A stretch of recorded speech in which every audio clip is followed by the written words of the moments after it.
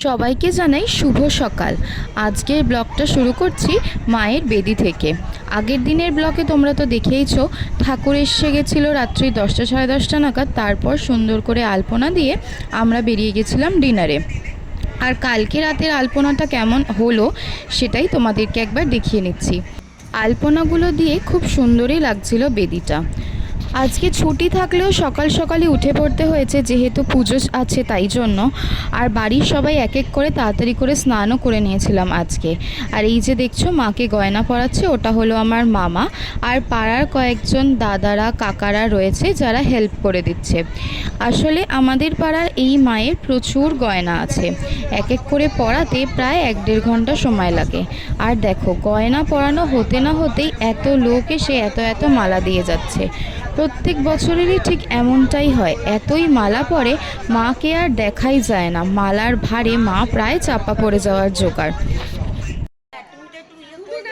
প্রত্যেক বছরেই এই দিনটায় খুবই গরম পড়ে, এই বছরেও অন্যথা হয়নি। দেখো আমি প্রায় ঘেমে নিয়ে একসা।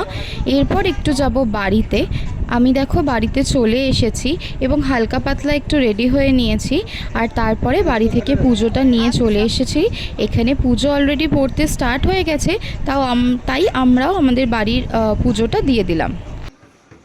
আর আজকে আমি এই কটনের কুর্তিটাই চুজ করলাম পরার জন্য, বিকজ যা গরম, কটনের কুর্তি হালকাও হবে আর পরে বেশ আরামও পাবো।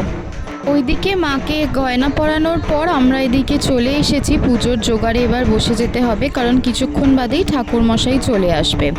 আর এরপর গয়না পরাবার পর মাকে এখন পরানো হবে মালা।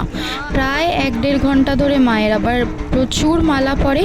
আর মালা পরার পর মা প্রায় অর্ধেকটা ঢেকেই যায়। মায়ের যে এত গয়না, অর্ধেক কিছুই দেখা যায় না।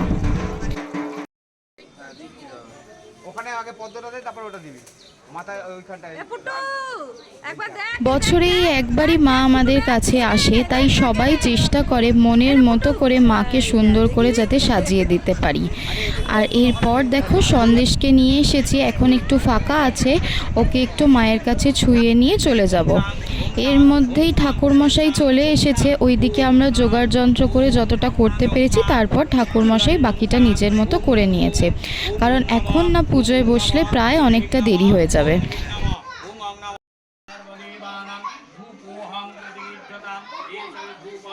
আজকের দিনটায় এই গলিটা আর আমাদের পাড়াটা প্রচুর গমগম করে। যে যেখানেই থাকুক না কেন, আজকের দিনে অন্তত মায়ের পুজোতে আসার চেষ্টা করে।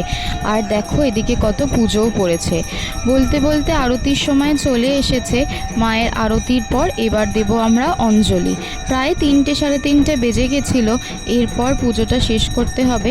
আমাদের মধ্যে পাড়ারই একজন, তার মধ্যে দণ্ডিও কেটেছিল, সেই ভিডিওটা তোমাদের সাথে শেয়ার করতে পারিনি।